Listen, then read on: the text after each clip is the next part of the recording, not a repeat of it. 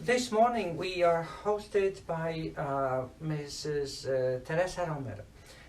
She has been living in Montreal for many years, but she was born in Poland. And my first question to Pani Teresa is about her memories from Poland or her earliest childhood memories. So what are they? What do you remember from the country where you were born? I don't remember anything. I left Poland when I was 1.5 years old. I was born in a very historic place, w Starym Mieście, z widokiem na Wisłę, with a lovely view of the Vistula River. That's where my parents were living when I was born. But when I was 1.5, my father, who was a diplomat, was appointed to a post in Rome. He was the counselor of the Polish embassy in Rome. So at 1.5, my parents and I left Poland, and ever since then I've lived abroad. I've never lived in Poland. So when did you visit Poland for the first time? Well, my father had home leaves, probably when I was 4 or 5, and then when I was 6 or 7. And the home leaves made such an impression on me that this was my home. And I knew it was my home because as diplomats, my parents were always very proud to say that where we lived was a piece of Poland. In Italy, it was Poland. In Portugal, it was Poland. In Japan, it was Poland. At home, it was always Poland. We spoke Polish with my parents. And my most vivid memory of Poland as a child, as a small child, was in a train from Rome to Poland on home leave. When my mother had lots of time to tell us about their childhood and their young years. And I remember that I had a sleeping berth in the train at the top with a tiny window. And when the train passed, of course, from Italy, I think through France and then Germany, and then the boundary of Poland, through the little window where I was sleeping on the berth, during the night, there was a station, train station, with Polish inscriptions. And I understood, well, we are on Polish soil. And I was overwhelmed with emotion. And I still remember how it felt, you know. This is my land, this is my country. And I was also at the same time wondering why, as a 6 or 7-year-old, this was such an important thing, but it was. It's just a memory that is still very strong. You mentioned that your father was a Polish diplomat. He had an exemplary career in the Polish Foreign Service. Can you elaborate a bit on that? Yes. My father came from the Polish borderlands. I mean, his family for many years lived on the Polish borderlands, which now is Lithuania, partly Belarus, partly Poland. He was born there in Antonosz, on the borderlands, and his father his family had lived there for generations. But his mother was Polish-Swiss. She was an émigré. She was the daughter of émigrés. Her grandfather had emigrated from Poland to Switzerland in the 1830s during the Polish insurrection, you know. He had difficult time with the Tsars and the oppression under the Tsarist rule and so on. And he left for Switzerland in about 1830 with 3 of his children. He later had 11 children, but altogether he had 11 children. but he was friends with Mickiewicz.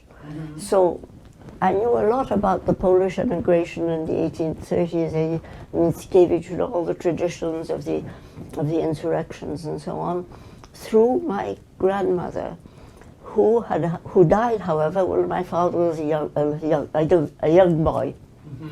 But all this stayed in the family. When my father was, he was an orphan very early on because both his parents died young, but he was raised by uncles in Lithuania, but also in Krakow. And on the eve of the First World War, both my parents were teenagers. They were 18 or 19 when the First World War broke out.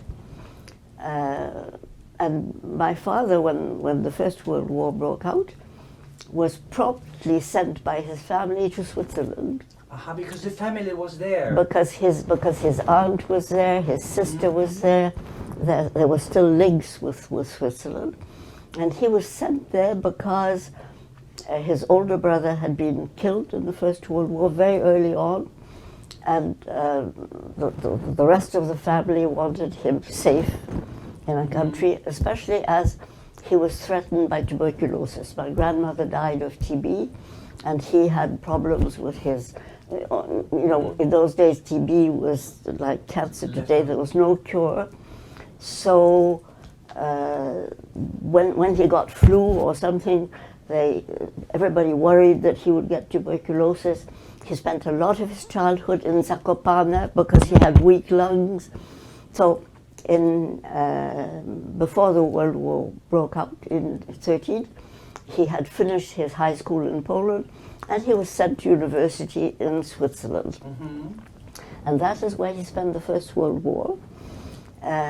And as a student, a Polish student in Switzerland during the First World War, he volunteered to help in the Polish Committee to help war victims in Poland, which was then under the chairmanship of a Polish writer, Sienkiewicz, but also Paderewski was there. All kinds of, all sort of outstanding Polish intellectuals, politicians, and so on, were part of that committee. And my father, as a student, his first job was being a secretary to the Polish committee under Sienkiewicz and so on. And at that time he already spoke many languages. And at that time he spoke German, good Polish, probably Russian, Latin. probably Russian, probably not so much German, but a little German. Anyhow, French and Polish were his mother tongues, really. Right. And very promptly he was offered a job then in the Polish committee as soon as he finished his studies in Switzerland. Towards the end of the war, he was offered a job in Paris with the committee which was negotiating, negotiating Polish independence in Versailles and so on. And then he stayed on in the Polish diplomatic service.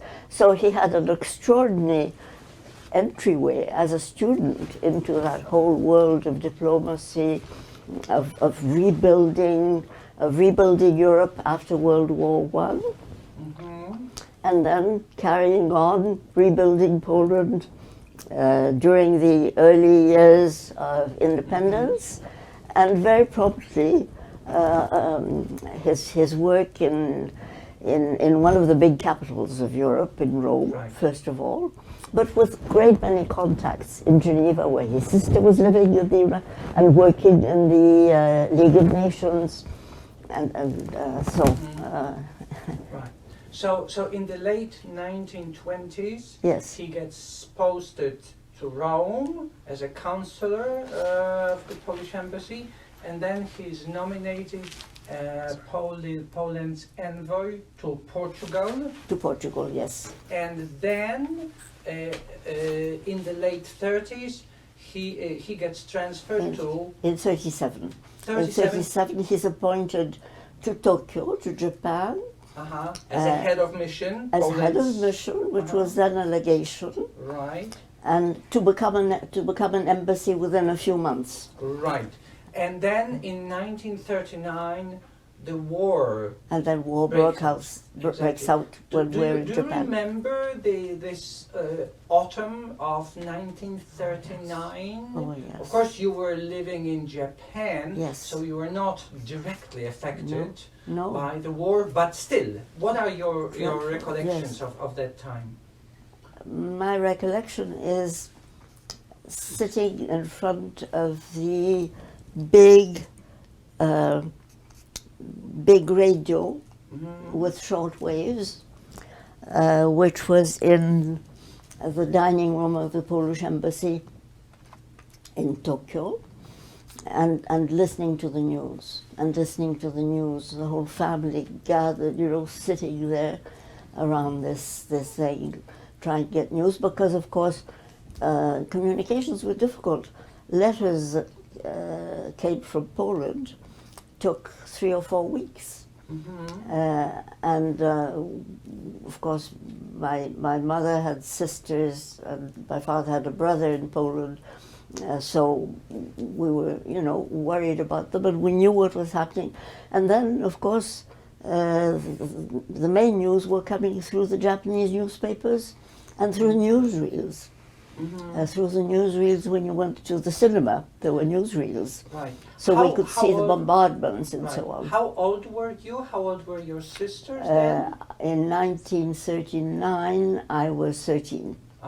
And you had two younger sisters? And I had two younger sisters, one who was 11 and one who was 9. And there was your father and my father and your mother. And my mother. And we also had a Polish teacher with us, Panna Maja Hubisz, who was engaged by my parents as a Polish teacher before leaving for Japan. In fact,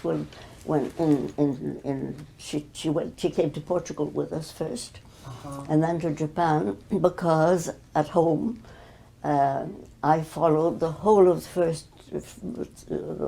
the primary schools. Right, the school curriculum. Yes, the school curriculum. Even though you lived abroad, yes, for your parents it was one of the priorities that you take Polish education, education in Polish, that you're, so to speak, in sync with your peer group in Poland. Yes. Right. Yes. Yes. And then 1939. How long did you stay in Japan? We stayed until 1941. Until 1941.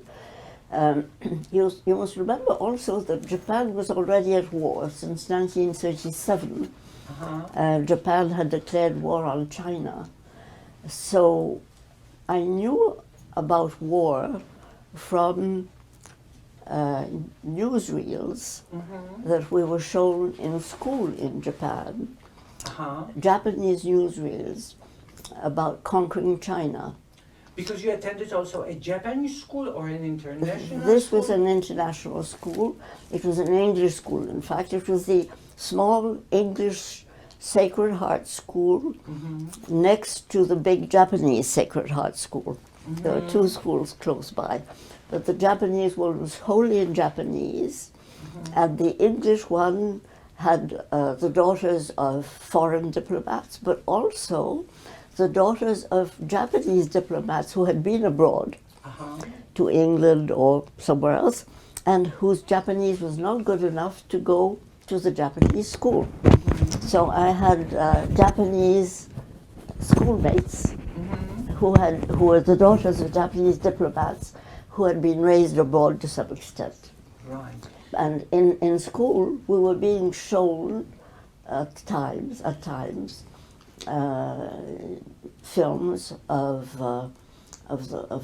war in China, and I remember this was terrible. And so when war came to Poland, I knew something about war already through seeing these things. And of course, we got news of the bombardment of Warsaw, of the heroic resistance by the president of Warsaw at the time, Szyszczyński. who had just the year before received from my father as a gift a very old Japanese statue of a Syrenka. The mermaid. The mermaid, which is the symbol of Warsaw. And my father, having seen this in an antique shop somewhere, bought it and sent it to Szyszczyński. I got a lovely letter from him saying thank you and so on. But of course what happened to it during the war, nobody knows. Between 1939 and 1941, your father, the Polish legation in Tokyo, embassy, Polish embassy, also your family, you were involved in the effort to help save Polish Jews who were coming across the Soviet Union from Poland to Japan. This story has been well documented and described, but can you tell us your perspective of that very important story? Well, I was a teenager, and of course this was a very impressive thing. Suddenly, people turning up from Poland in the middle of the war. And I now know that many of them were Jewish, or most of them were Jewish. I now know about the figures and so on. But in fact, in those days, it was just the fact that certain people appeared in the embassy and were promptly invited to eat with us, or to there were receptions. I remember one Christmas, which must have been the Christmas of 1940, when in wartime we had a huge Vigilia and a huge New Year's party. No, the Vigilias were not huge. The Vigilias were for the staff of the embassy and for all the families. So they were quite big, actually, but not over 50 people, which we had for New Year's Christmas, with the refugees. And I do not remember, because in my family there was never any distinction made who was Polish Jewish or who was Polish Christian or whatever. You know, I just know that there was, and I have a picture of many of us sitting after the New Year's reception with my sisters and me, perhaps 4 or 5 other children our ages.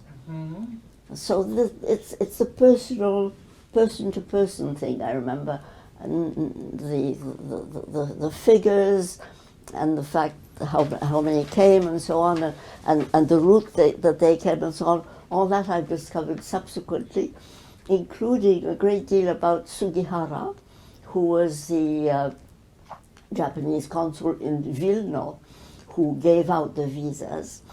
I discovered Sugihara not through my father, because my father did not know about Sugihara. He knew about people who were arriving and who had transit visas to Japan, but not being able to read the Japanese, nobody could read Sugihara. It was my Japanese friend now who has been researching Sugihara and who came to see me from Vancouver. And we met and became friends and exchanged lots of information. So when I showed her my father's biography, in which by chance there is a photograph of a Sugihara visa, she was amazed. She said, "This is a Sugihara visa." Right. So that's a really amazing story of Polish citizens, Polish Jews, receiving transit Japanese visas to go somewhere further on, but still as Polish citizens. Those people, after arriving in Japan, they contacted the Polish embassy, and there was also a committee that your father set up Well, there was, and in fact, they were not arriving in Tokyo right away.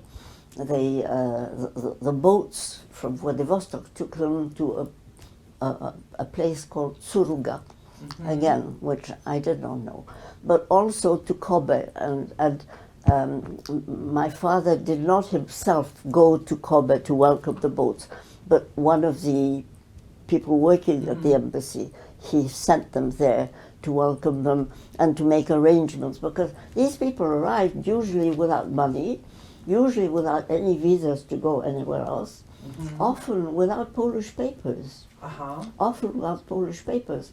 And one of the problems was that the embassy had to issue birth certificates or, you know, some identity papers to issue.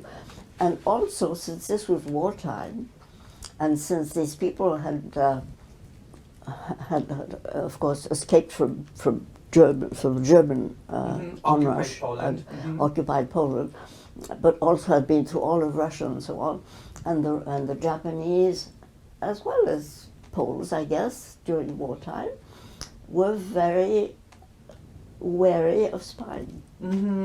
So I think there had to be a special effort to make sure that people who came and said that they were born in Łódź or in Warsaw or in Władywostok or something, you know, that they were who they were. Right. So checking all this was done carefully by the embassy, perhaps by Japanese authorities as well. But it was essential to organize humanitarian aid. You know, people often didn't have money, often didn't have papers, often didn't have any place to go afterwards. So this was a huge job that my father had to do. How long did you stay in Japan, and what happened next? We stayed until 1941, when pressure by the German ambassador finally forced the Japanese foreign ministry to declare that it would no longer recognize Polish embassy to Poland. And my father had to fold the embassy to decide what to do about the remaining staff and refugees and so on in very little time. In the meantime, another interesting thing happened, namely we started in 1941 receiving postcards from the USSR, from camps of deportees, camps and villages and so on, because people who'd been deported in Wilno knew that there was a Polish ambassador in Japan, and that mail to Japan could get through. Russia was not at war with Japan in those days, and people were sending desperate cards saying, some of them knew that my father was there because, you know, Wilno and so on, and lots of people didn't know, and suddenly the embassy started receiving tiny cards from these camps. And this was, of course, a shock to my parents. It was the first news that we were getting of deportations. Right. And very promptly, my father got everybody in the embassy, including my mother, the children, our teacher, sitting at a huge table in the library and writing down details of who had sent the card, where, and so on. Right, that's a very interesting story. We were the first, I think, to start getting news from the camps. Right. So following the deportations from the eastern borderlands that started in 1940, February, then next wave April. Absolutely. Tens of thousands of Poles were deported to Siberia. Yes. And or to camps or to villages as I might say, slave laborers. Yes. And because some of them knew that your father was the ambassador in Tokyo, and that the mail can get through, they started sending cards, and Yes. your father made you write their names and Yes, personal yes, information. yes. Oh, And there was so much of this information coming through that my father also recruited some of the people who had come through Vladivostok and so Uh-huh. on, thanks to Sugihara visas, to help with this, and published a little book, the precious little book, which I think I told you about, yes. which has gone to the Polish Library now, with a very detailed description of who, what news came from Siberia, Right. etc., etc. And that was a very strong impression, because you know these cards were people.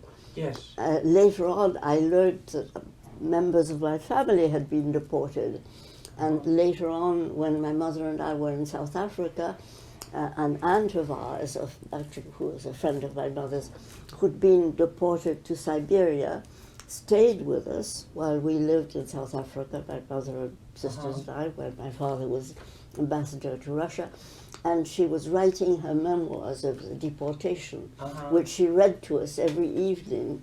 So in a way, I grew up feeling as if I'd been deported.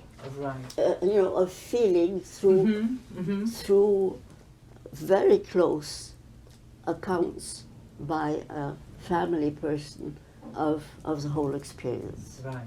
You mentioned that from Japan, your father was transferred to Soviet Union, Russia, and Not right away. Uh-huh. Not right away. From Japan in 1941, my father was transferred to Shanghai, where all the Polish refugees from Japan were set. So he was appointed on a special mission in Shanghai to look after the refugees. We spent a year in Shanghai. This was wartime Shanghai with Japanese occupation, great poverty, great hunger. I used to go to school in the morning, again, a French Sacré-Cœur, a few streets away from where we were living in the Polish legation in Shanghai. And there were very often people who had died of hunger or disease in the streets, just wrapped in newspapers. So this kind of thing leaves an impression, and we were surrounded by by many refugees. We were living comfortably in the Polish legation, except that the Polish minister, Mr. Rosset, and his wife very kindly invited us to stay with them. It was really horrible, because all of a sudden it was a comfortable villa in a garden in the French Quarter in Shanghai. Not very much affected by the war then, except I have lots of memories too. But it was a precarious time where nobody knew what would happen. Nobody knew how the war would turn out in Poland, because Hitler was just about to attack England. And the Soviet Union later, right? So nobody. Later. Anyhow, we were in Shanghai for a while. Then the Polish government and the Allied governments managed to evacuate all the Allied diplomats from the Far East, and the Japanese diplomats from England and Europe were evacuated back to Japan, and we were part of that exchange. So from Shanghai you went to... From Shanghai, we were going back to England on a Red Cross ship, on a Japanese ship, under the Red Cross flag, under the Swiss flag, I'm sorry, under the Swiss flag, because the Swiss were organizing this transfer of diplomats. In the meantime, my father had made arrangements for the survival of those of the refugees who remained in Shanghai who had not been able to leave. In the meantime, he had managed to get lots of visas for many of them to leave Japan and even Shanghai, to go to Australia, to Canada, to Latin America. He had managed to get visas to help. But in Shanghai, nobody could leave except the diplomats. And we were on this ship traveling to England, except that we had to stop in Africa on the way, in an African port called Lourenço Marques. It is now called something else because it is... It's Mozambique, right? It's no, Mozambique now. no, Angola. Oh, Angola. okay. Yeah, I think. But anyway. Lourenço Marques is Maputo. Yes, that's in well, Mozambique. okay. So the two ships stopped there to refurbish and so on. Ours going to England, the Japanese ship stopped, and it took the Japanese diplomats to go back, To Japan, and we were supposed to get on a British ship and go to England. But in the meantime, a cable came for my father saying, please, would you agree to be Polish ambassador in the USSR? Oh, so your father was offered this position of... Was The Polish offered this ambassador, position in Angola or in Mozambique, I forget. Right. I forget. But anyhow, on this ship, and my parents were up all night. All night, my mother said, "No, I know all about the Bolsheviks. I lived through the Russian Revolution, and through things. No, and if you must go, only if I can go with you." And my father said, "No, it's my duty. I know it's an impossible job. Russia is now an ally after what it did to Poland and so on. It's an ally. I have to do my best. It's it's a terrible responsibility and so on." But they fought all night. And in the morning, my mother said, okay. But my father said, "No, but I don't want my family to be in England under bombardments while I'm in Russia. It's too much. It's too much. You stay in South Africa. My mother and my sisters and Pandamaya and you stay in South Africa.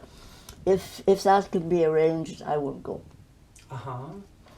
And he took, and this was the first plane, I think, that he had ever taken from South Africa, from Natal, I think, to Kilimanjaro, to Tehran, and to Moscow. So your father accepted that position of Polish ambassador to the Soviet Union, but your mother, you and your two sisters and this housemaid, stayed... No, the teacher. Well, your teacher, yes, your teacher. Yes, you all stayed in South Africa. In South Africa, in Johannesburg, for a year and a half. Uh-huh. And that is where I went to school again and got my matric. Uh-huh. So managed to get my matric, Right. matric in English. Of course, in South Africa. Well, you finished high school, right? High school, yes, I finished high school. High school diploma. Yes. Right. And you lived there, you stayed there until the end of World War II. No. No. Not at all. Not at all. Uh-huh. Not at all.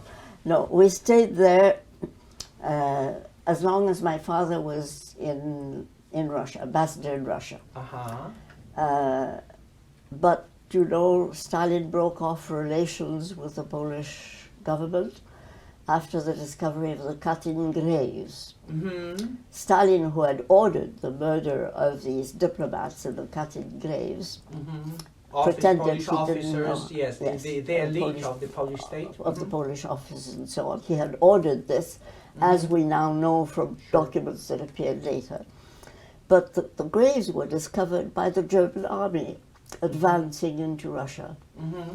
The graves were then discovered. And of course the Germans made a huge thing of it. Polish officers murdered by the Russians, etc., etc. Stalin said, not at all, not the Russians, the Germans did it and now they're lying, etc., etc. But the Polish government has dared ask the International Red Cross to investigate. The Polish government has dared do this. So I break off relations with the Poles. I don't want to do anything more with them and so on. Polish embassy, again, my poor father has to liquidate another embassy, decide what to do, how to take the staff and so on, and have a wonderful picture of him in a huge truck crossing, a huge truck covered with embassy staff and refugees crossing the mountains to Persia, to Tehran and so on. So my father ends up in Tehran, we're in South Africa, very worried about him. Then Sikorski, the Prime Minister, Sikorski, comes to Tehran to meet with Anders and to see what's been happening to all the refugees and the army and so on and so on. My father has long talks with Sikorski.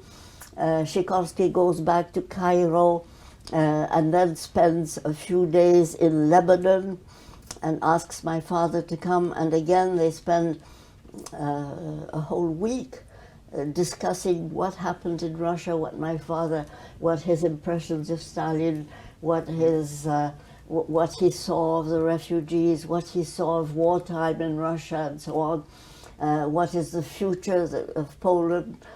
And Sikorski is going to go back to London and appoints my father as to a post in Cairo.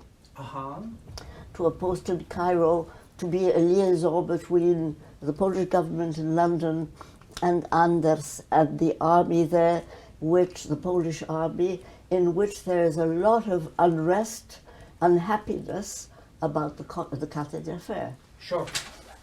So in Anders's Polish army, people are furious at the Polish government in London, trying to get agreement, to talk to Stalin, to negotiate with Stalin.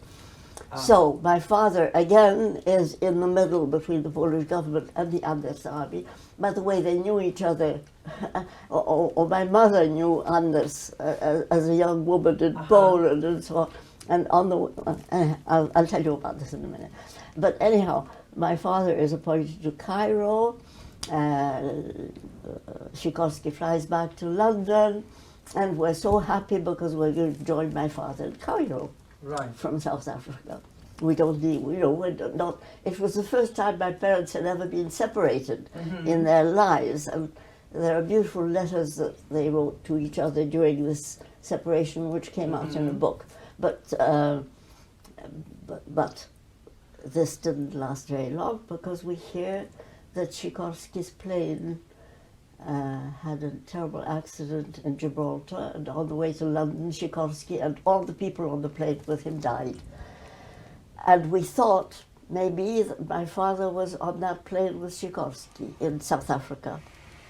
He wasn't, and 3 days later we were reassured, but for 3 days we thought maybe they had been on the same plane. So after Sikorski died, my father was summoned to London by the Polish government in exile. By the new government. By the new government in exile. His mission was changed. He was no longer supposed to stay in Krakow. In Cairo.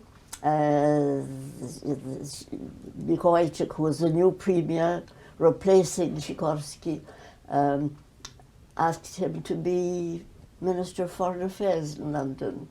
So your father becomes the Polish foreign minister in the summer of 1943, following the government death of Sikorski, following the terrible death of Sikorski, with whom he had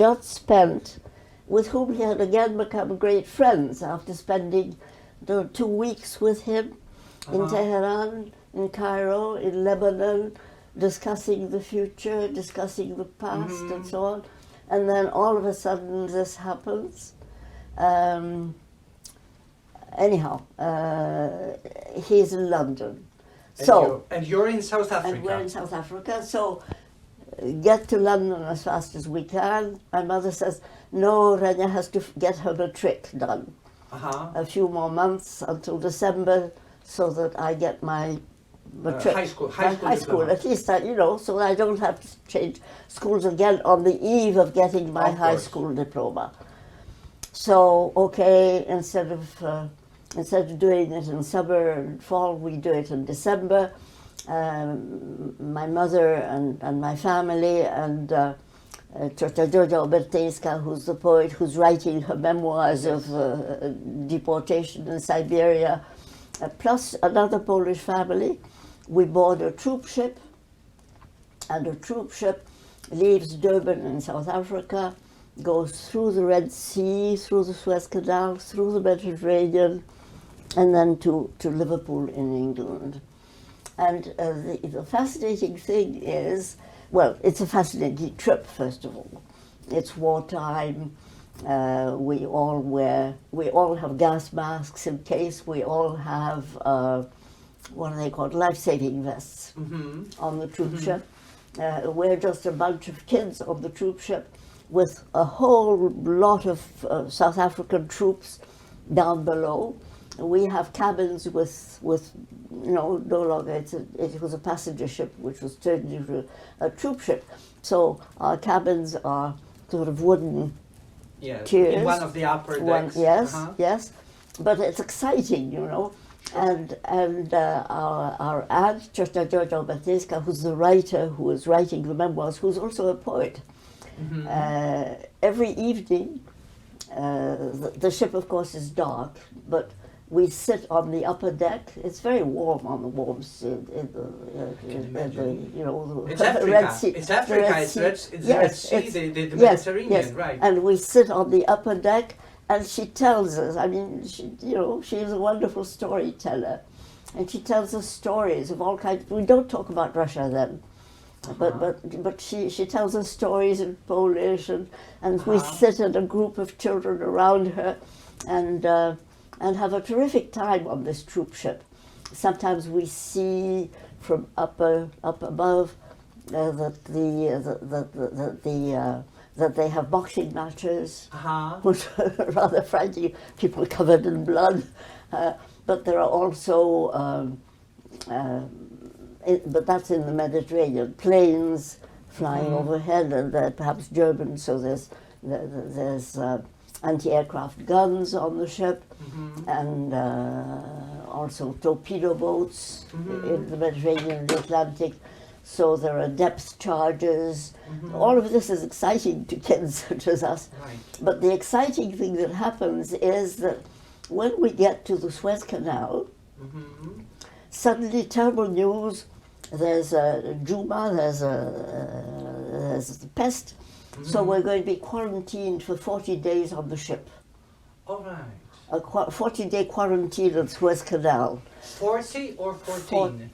40. 40. 40 days. Wow. A quarantine. So ghastly, what's going to happen and so on. And somebody from the Polish legation in Cairo comes and picks up my mother and me to take us to the Polish legation so we can communicate with my father and say, look, there's a quarantine, we can't go, and so on. But Cairo is wonderful then. It's sort of in between campaigns, and there are officers all over the place, and there are spies all over the place. And this is, the film, The English Patient. But I lived this way before the film. And my mother, of course, knows a lot of the people in the legation, and she knows Anders. And I remember a wonderful meeting with Anders. Anders, who is the commanding officer of the entire Polish army in the Middle East. In the Middle East, yes, and who's getting ready to fight in the Italian campaign. But anyhow, an exciting meeting between these two grown-ups, and I'm just a teenager sitting there, listening with all my ears in the Shepherd's Hotel in Cairo, in this exciting place. All kinds of exciting things happen. My mother and I are taken to see the newest digs, the newest pyramids or the newest things being discovered by archaeologists. So a very exciting thing in the middle of this extraordinary journey. And again, and you are at that time what, 19 or 17? I think I was 17. 17. I was yes. 17. So you're for you it's like an introduction to the big world. Yes. And we arrived, of course, after. It was quite a dangerous trip because there were submarines and there was German strafings. But we got safely to through a very cold Mediterranean and an even colder Atlantic to Liverpool. And then my father couldn't come and meet us, but he sent a friend to meet us. So again, we take a train to London, and we arrived just on the verge, just before the bombing by the V2 rockets. After the first bombardments, which the British had, heroically lived through, here was the second wave, and that was a bad time. Everybody was worn out. Everybody was worn out. I think my father too, he was working in the Polish ministry, and there was a small apartment, and in the small apartment my father had one thing to relax him, which was a piano. Okay. So every evening he used to play, and to welcome us, he composed little pieces, and to welcome us he had written the song to a carol, and my aunt, who is a poet, immediately wrote words to the carol, and it's a beautiful carol that I treasure particularly. It was written. So that was like a pre-Christmas time. Pre-Christmas time of yes. 1943. 43. Right. And what happened next? Well, what happened next was that I was too young to enroll. By then, I to enroll to the university, right? No, I wanted to enroll in the Pestki, which was the Polish Women's Auxiliary Corps. Oh, so you wanted to join the military force? Of course, but no, I was too young. So I had this matric, which made me eligible to apply for university in England. And my father said, well, why not Oxford? So I applied to go to Oxford. But then my father said, look, there's something rather unusual happening. What would you like to study? I said political science. That's what interested me. But he said, have you ever thought about law? And I said, no, not really. Why? Well, because there's a plan now to open a Polish faculty of law in Oxford, Polish faculty of law, in order to give a chance to many young people in the army who had already had 2 or 3 years of law in Poland. In Poland, it was a 4-year course, law, to graduate in law. But so a number of the best Polish professors from all Polish universities were in England. And Professor Glaser, one of them, had started saying, well, why don't you try to help a number of these young people to get a law degree, since they already had 3 years in Poland, so as to replace the lawyers and the judges whom the Germans had killed, and there were many. So they started preparing a 4th year of law. And then they realized there was enough demand and enough professors for 3rd year, after which there was enough for a 2nd year. And finally, we had 4 years of law. I'm the only, my class was the only one who enrolled in 1st year and finished. So you're a graduate of the Polish law of the Polish school, faculty of law, yes. I have everything, including including już się nazywało, książeczka, która się nazywała. The students. Anyhow, the students. Bulletin de note, right? Yes, yes. So report cards. I got in. I was accepted at Somerville College in politics and economics and philosophy. So I did that degree, but at the same time I was doing Polish law.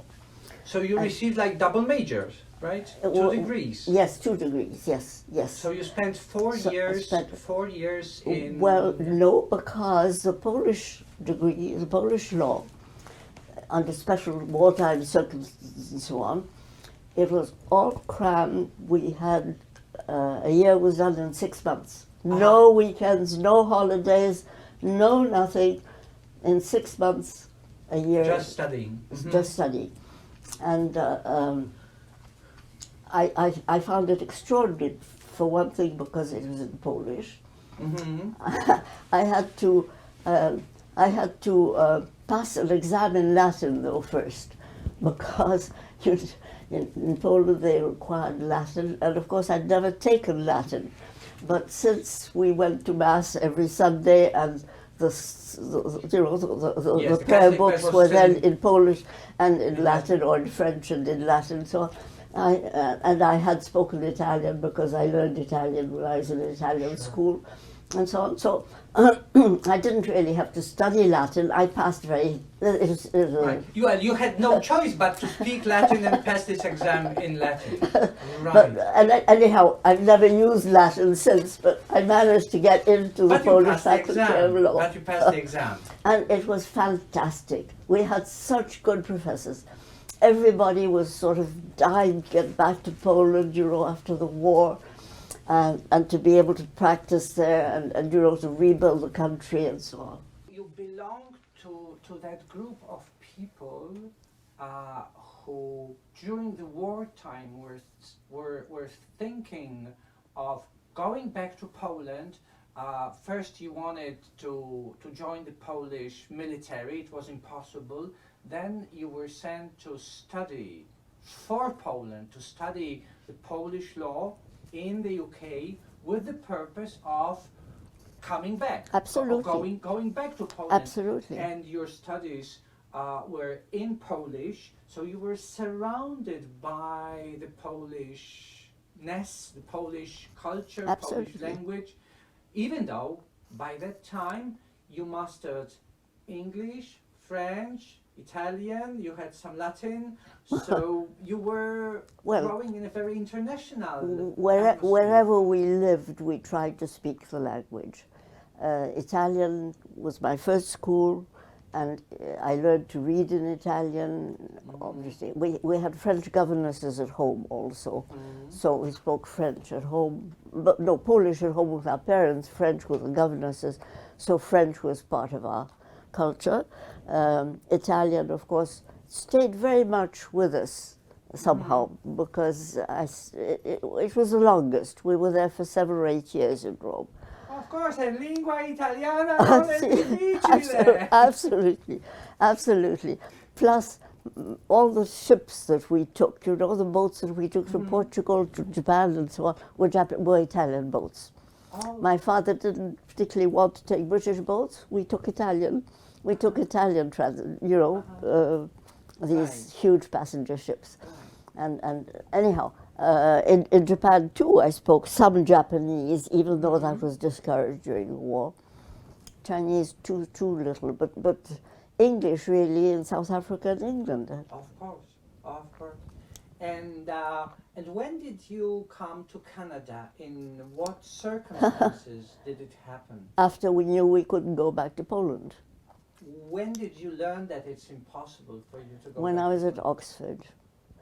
When I was at Oxford, when my father was making desperate last attempts with Mikołajczyk and others to go and see Stalin, to see whether we could reach some kind of an agreement or something, when everything fell through, when it was obvious that we couldn't go back to Poland. Mikołajczyk tried very hard to tell my father to come with him. And my father said, no, it won't work. It won't work.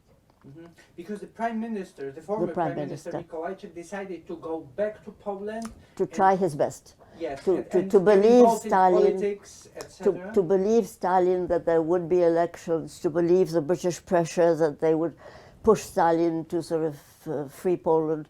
Well, after the Prime Minister went back to Poland and was in the Polish puppet government and so on, and finally had to flee in the truck flee back to England. But your father did My not father try did this. not. He stayed in the UK. My father got a heart attack. My father got a heart attack and nearly died. My mother nursed him back to health. And he was a refugee in England. But you didn't stay in England. No, we didn't stay in England. England was never home. England, we were always aliens in England. You know, when we were welcomed in England, we were aliens. And I was, I had this wonderful opportunity in Oxford to have It's this. an amazing place. Which is amazing. It was interesting, you know, the British degree was interesting. I did not like the way it was being taught. Everybody else says these tutorials and so on were wonderful. Well, okay, they were not for me, but I was perhaps not I was losing my country. My country was being betrayed by the Allies. It was not a comfortable position to be in. My parents also didn't particularly want to stay in England. What would they have done, you know, become poor refugees and so on? Fortunately, perhaps because of people my father knew and so on, my father didn't speak English very well. He had always, as a diplomat, spoken French to his English and American colleagues. At that time, French was the official language of diplomacy. He spoke French to Churchill and to Eden.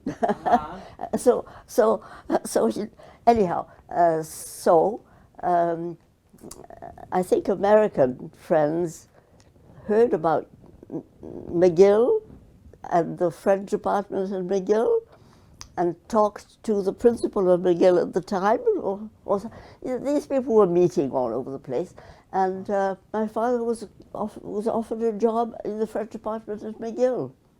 All right. So with his fluency, proficiency in French. In French, right? yes. He was actually, one might say, bilingual entirely. Oh yes, entirely. So he spoke French with no accent. He was spoke educated. and wrote it beautifully and so on. Studied in Switzerland. But in his diplomatic career, he had to use French all the time. So he was offered a job at the French department, French studies at McGill, and he left in 1948 with my sisters. I stayed in England because I had by then married one of my colleagues whom I met in the Polish law degree. He was an older student. Right. And so I married him and stayed, and we joined my parents in 1950 with 2 babies. Because your 2 eldest yes, daughters, they were born in England. Yes, yes. Yola was nearly 3, and Lana was 6 months. Right. So you arrived in Canada because your father, join your mother, yes. And your sisters are here. Yes. But you already have a husband, and you need to start yes. your own life. That's You're right. no longer attached. That's right. That's right. To your parents. Yes. So how did you find Canada at that time, and what did you do? Of course, you were a mother, you were a wife, but you also started your own career. Well, yes. But you know, thanks to my parents, my father came to meet us in Quebec City, so we got off the ship. In those days, people don't realize that the reason why a young family like mine could travel was that the British, after all, were very generous. And we arrived here because the Queen paid our transportation. So my husband, who'd fought in the Polish army, was considered a war veteran. Yes, yes, and therefore he and his family could have gone free of charge, paid for by the Queen, to Latin America or someplace. But we came here because my parents got us, invited us. My father met us. For a while we camped in my parents' little apartment. And then my husband got a first job in a meat processing factory. And I very promptly got a job at the University of Montreal in the Slavic department. So I was a secretary. I had never been a secretary in my life, but I promptly learned how to. I could type a little bit because my father, when we were still in Tokyo, and had to find things to do, had organized typing courses for the whole embassy staff. You could type without looking. All right. So I remember in the hall of the Polish embassy in Tokyo, we learned how to type. So I got a secretarial job. Very promptly thereafter, I got a job in the International Civil Aviation Organization. So I learned all about the United Nations and started traveling. Because you had a good degree from Oxford. You had your degree in the Polish law, which, let's say, was less relevant in the circumstances. But it taught me much more than anything else. All my life, gave you a very good background. Very good. Yes, all my life, what I learned in the Polish law, amazing. Amazing. But anyhow, so very promptly we started working, and it was an easy time. In the 1950s, we came here in October 1950. It was a prosperous time. Canada all of a sudden was becoming prosperous. Easy to get jobs. But this job of your husband, the meat processing factory, did he have any experience in that, or was it just a job that was available for? Well, he had experience, because after he was demilitarized in England, which must have been, what, in 1946, 45, 46, he was demilitarized, and we stayed in England until 1950. He got a job not in London, but in Yarmouth, which was on the west coast, on the east coast. I'm sorry, the east coast, of course. He got a job in a fish canning factory. He became manager of a Polish of a little fish canning factory, which had been founded by a Pole. In fact, a Polish Jew who knew how to start a business and so on, and hired my husband, and hired my husband as a manager out of the army, no experience and so on. But he managed, he did it beautifully. Right. So your husband had some experience. So he had experience of a factory, of a fish canning factory. Right. Now, and then later on he got a job in shipping, in a Canadian shipping firm. Right. So your next children were born here. Yes. Your career developed. You were more and more settled here, rooting in Canada. But my job was not it was first at the University of Montreal, and then it was as an international civil servant. And so. And. But what about Poland? What about Poland? Did you think that you'll be able to go back to Poland ever? Do you remember any particular moment when you realized that Canada is for good and that... No, it never was for good. It never was good for good. It never was forever. We kept in touch with Poland. I remember a cousin of ours managed to somehow get leave. He was a journalist, so he managed to get leave and come here. I had been brought up outside of Poland on Polish territory in every place I lived. I was an international civil servant. We had to live here, obviously, because of circumstances and so on. But we never excluded the possibility that one day something might happen, we might go back. And in fact, had I not had children and grandchildren living here, I would probably have gone back to live in Poland for retirement, possibly. Right. I never excluded that possibility. What was your, let's say, level of involvement with the Polish community, Polish-Canadian community here? Were you a member of any particular organization or group, or were you involved in some sort of activities conducted here? Well, I was in Poland, in Oxford. I was in Oxford where I was a member of different Polish organizations. Later on, partly through my husband, Jacek, I became interested in starsze harcerstwo, which was also the scouting, the older scouting movement. And I had a very good friend in the scouting movement, Eva Gerard, who was married and living in New York, but very active in the Polish scouting movement there.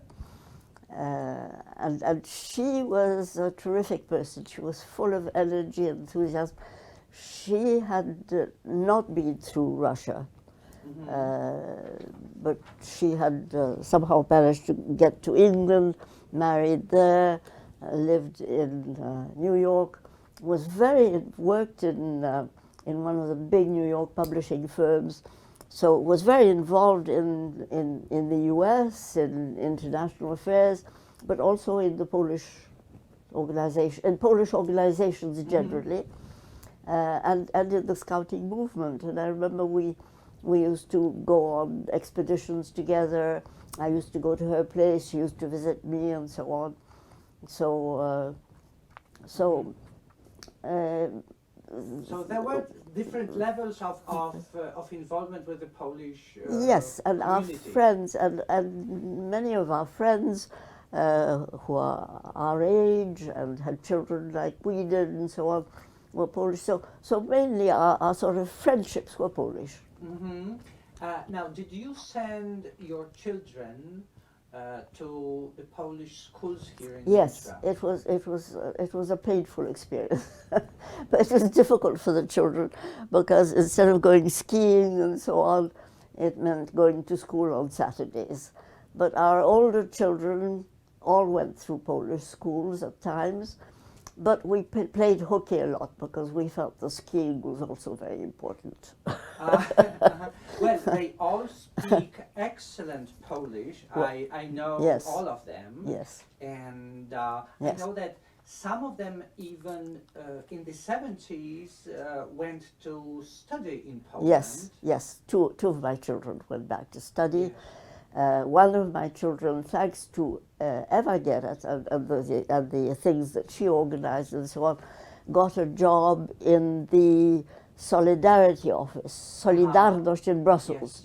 Yes, So Anna, one of my children, spent 2 years volunteering in the Solidarność office in Brussels during the state of war in Poland. And of course, all of us here demonstrated and so on, and organized help for Solidarność. So that connection with Poland was never cut off, was No. never lost. When did you go to Poland for the first time as an adult person? As an adult, for the first time, I went in 1972 with my first husband. With my first husband. Yes. And How did you find Poland then? It was still very poor. Going back to Poland for me is always reliving World War II. Mm-hmm.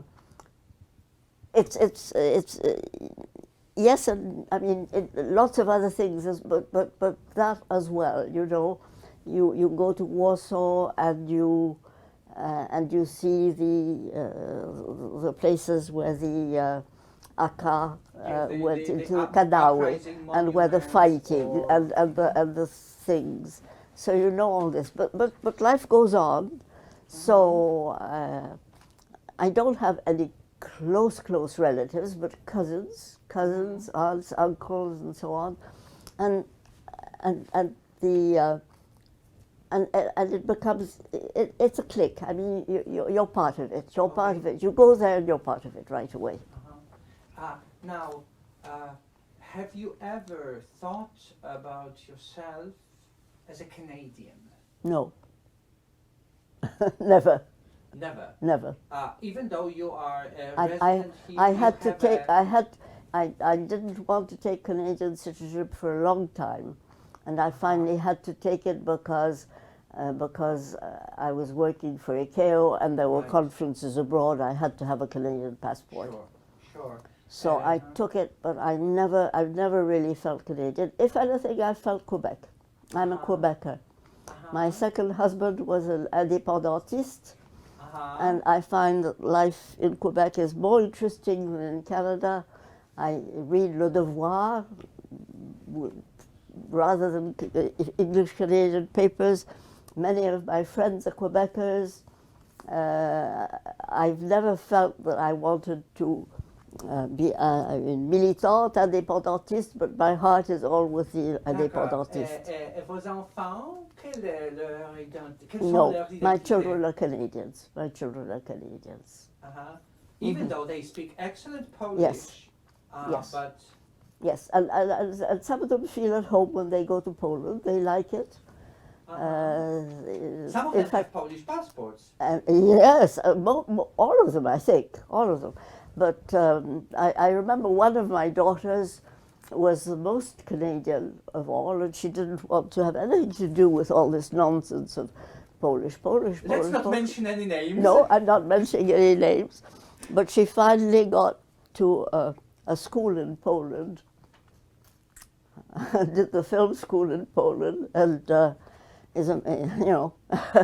lived through all these times and has a very interesting view of both. Well, I think she's entirely Polish. I've known her, and whenever we meet, yes. she's so emotional about Poland, yes. And she speaks perfect Polish. Yes, yes. So in any case, so your family, on one hand, they have become Canadians, but they still retain that Polish part of identity. Pourquoi pas? Of course. Dual citizenship these days, and most young people these days, I think, are yes, they have their hearts. La petite patrie, you know, but basically, the broader world view is more important. Is more important. During your life, you have met many interesting people, many important people, many people who have made their contribution to Poland or Canada or international relations. Can you identify, could you try to identify those who either have made a particular impact on you or those to whom you are, let's say, more grateful for the lessons that you have learned from them? Well, I think a number of my professors in the Polish Faculty of Law. I remember Professor Szyszczyński, for example, who was from Wilno, who taught political science, and he was amazing. Several others who left their mark, and I don't think they were. they were outstanding in their own field, but I don't think they left their mark elsewhere. But I've been very privileged, I think, as in my career, because I became a conference interpreter, and I had an opportunity of not becoming friends, certainly, but being close to a number of remarkable people. I think, well, at the time, I haven't done this for a long time, but at the time, Lester Pearson, Kennedy in the United States. Right, so government leaders, political leaders? Yes, political leaders, government leaders. Fascinating experience of being. It was the beginning of really building my profession of conference interpreters, which started during the war, or after the war rather. The sort of starting point is the Nuremberg trials, where they decided they needed several languages and they had booths and so on.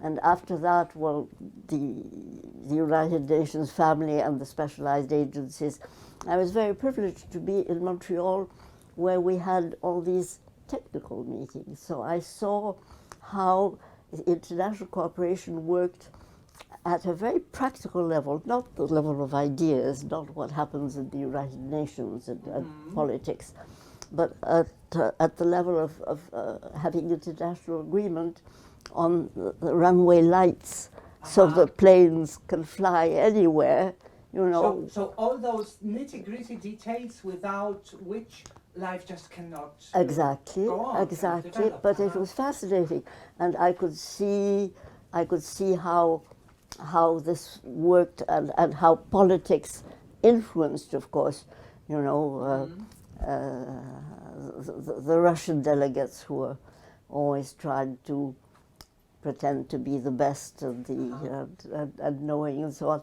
and the first African delegates who appeared on the scene, and you couldn't sort of believe your eyes.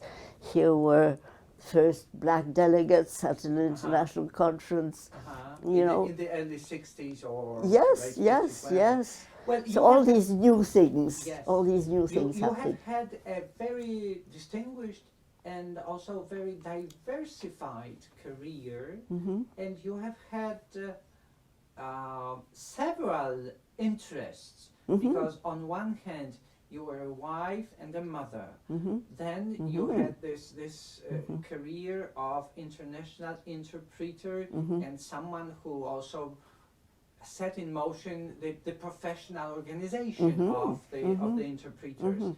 But there is also gardening and flowers and the books you have published, and some other books that you have published. Which of your, let's say, achievements or successes do you consider important? And where did you draw this energy, that force to do so many things with 5 children? I don't. You don't choose. You do.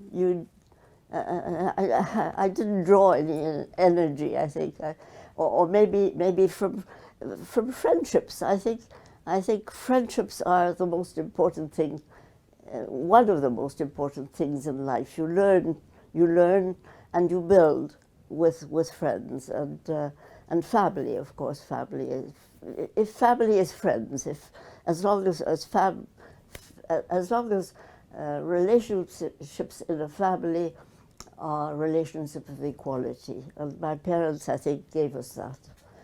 So I'm extremely fortunate. I think a lot of what I got was good luck. It happened to me.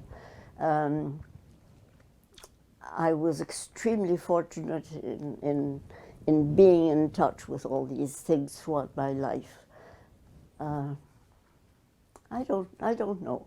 Perhaps I'm proud of my children, which is ridiculous, because No, you can't be proud of your children. No, your children are your children. I mean, well, I'm proud to see what they have become, and I'm happy to have grandchildren and now one great grandchild. But that is not work. Work, I think. Well, I'm very proud of having been of having initiated three things that worked very well and that still exist. One is the Canadian branch of the International Association of Conference Interpreters. I was the first Canadian delegate to the international organization when it had its meetings in Geneva, in Vienna, in Paris. I used to go there paying my own way. In those days we didn't have per diems and travel expenses and so on.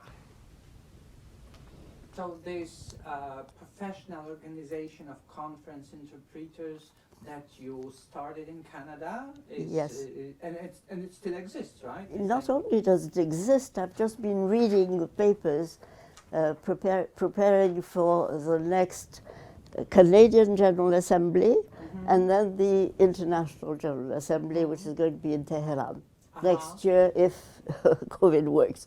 But this one is going to be in Ottawa.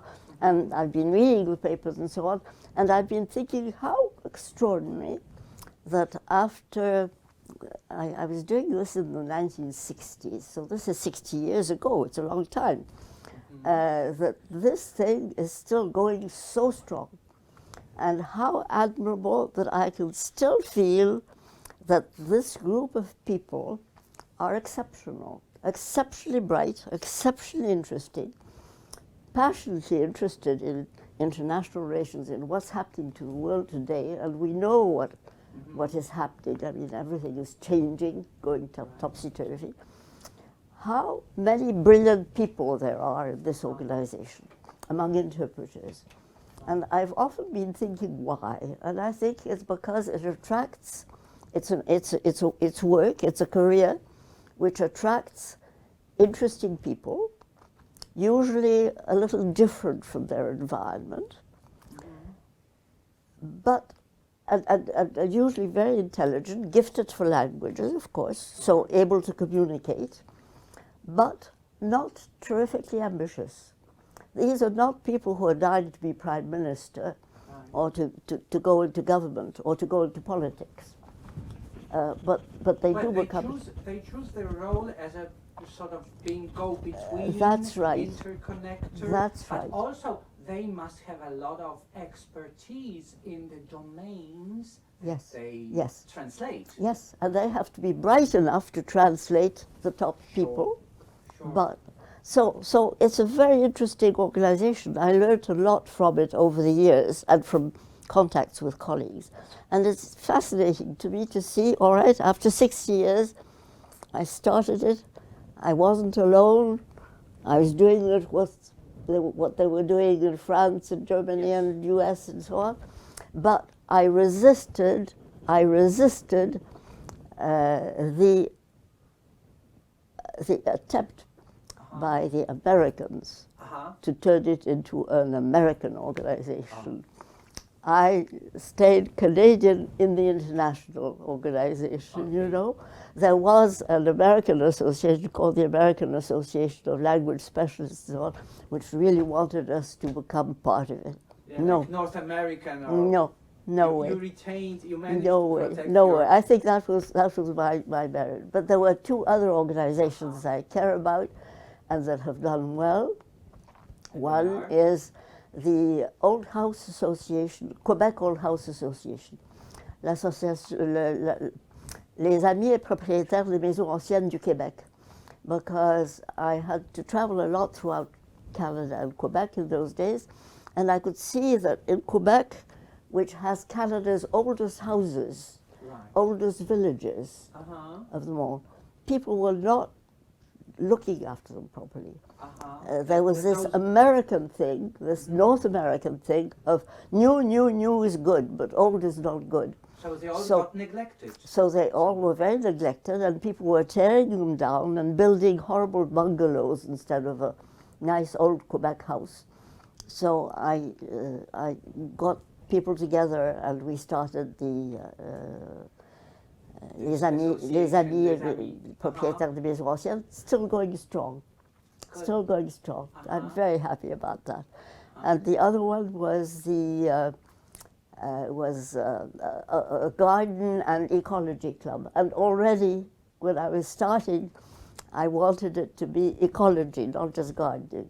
So nature, not just gardening, not just growing roses, but native plants, your own trees So and do so you on. consider yourself as one of the, let's say, early leaders of the ecological No, green no, movement? no, far from it, far from it. It was just, well, I lived in Saint-Eustache in an old house surrounded by a wonderful, huge garden where I grew a lot of native plants, among others.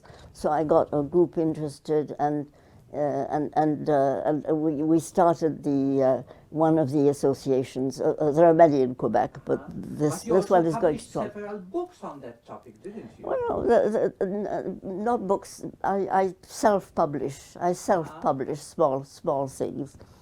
So yes. Right. Mm-hmm. Right. Excellent. Thank you very much for this Well, it's fun. interview, for this conversation.